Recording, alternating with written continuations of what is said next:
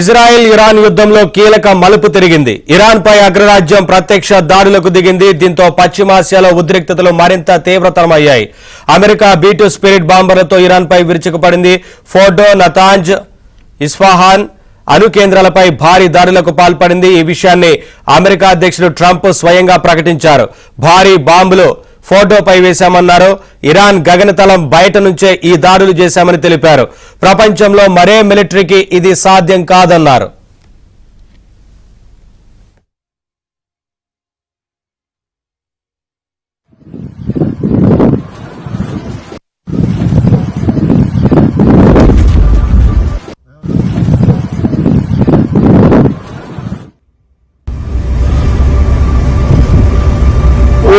Yemeği vuruyorlar.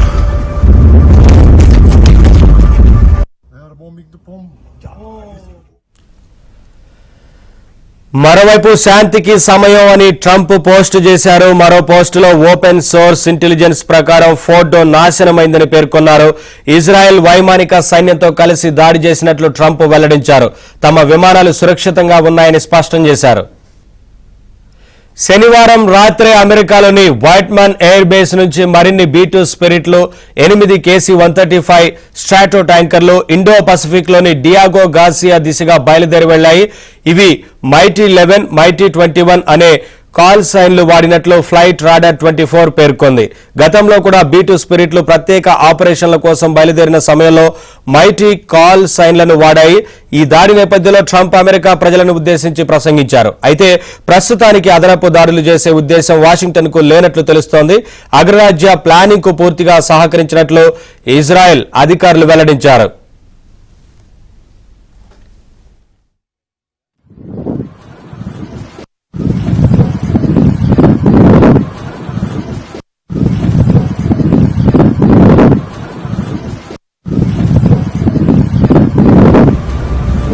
Yemeği vuruyorlar.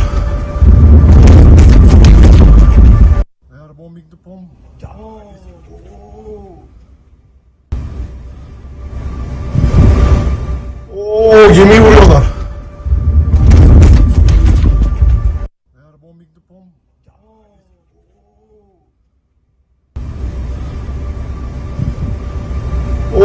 Yemeği vuruyorlar.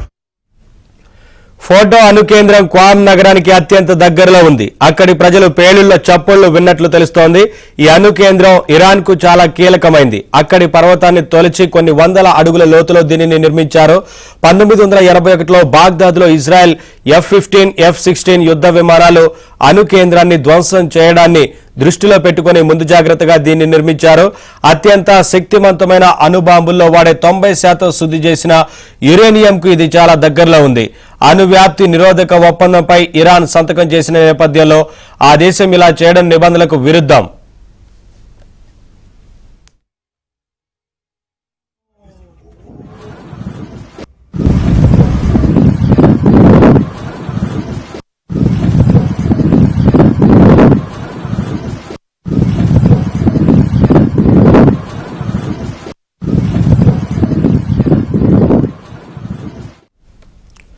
Iran పై America దాడిని ప్రశంసిస్తూ X లో Israel ప్రధాని Netanyahu post చేశారు.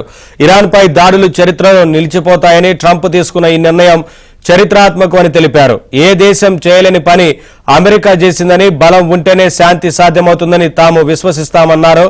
థ్యాంక్ యూ ట్రంప్, ఇరు దేశాల బంధం ఇలాగే కొనసాగాలి అంటూ నెతన్యాహు పోస్టు పెట్టారు.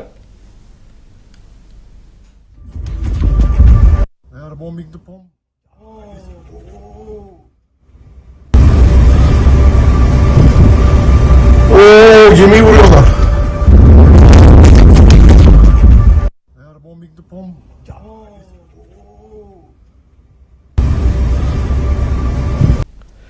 ఇజ్రాయెల్ ఇరాన్ యుద్ధంలో కీలక మలుపు తిరిగింది. ఇరాన్ పై అగ్రరాజ్యం ప్రత్యక్ష దాడులకు దిగింది. దీంతో పశ్చిమాసియాలో ఉద్రిక్తతలు మరింత తీవ్రతరమయ్యాయి. అమెరికా B-2 స్పిరిట్ బాంబర్లతో ఇరాన్ పై విరుచుకుపడింది.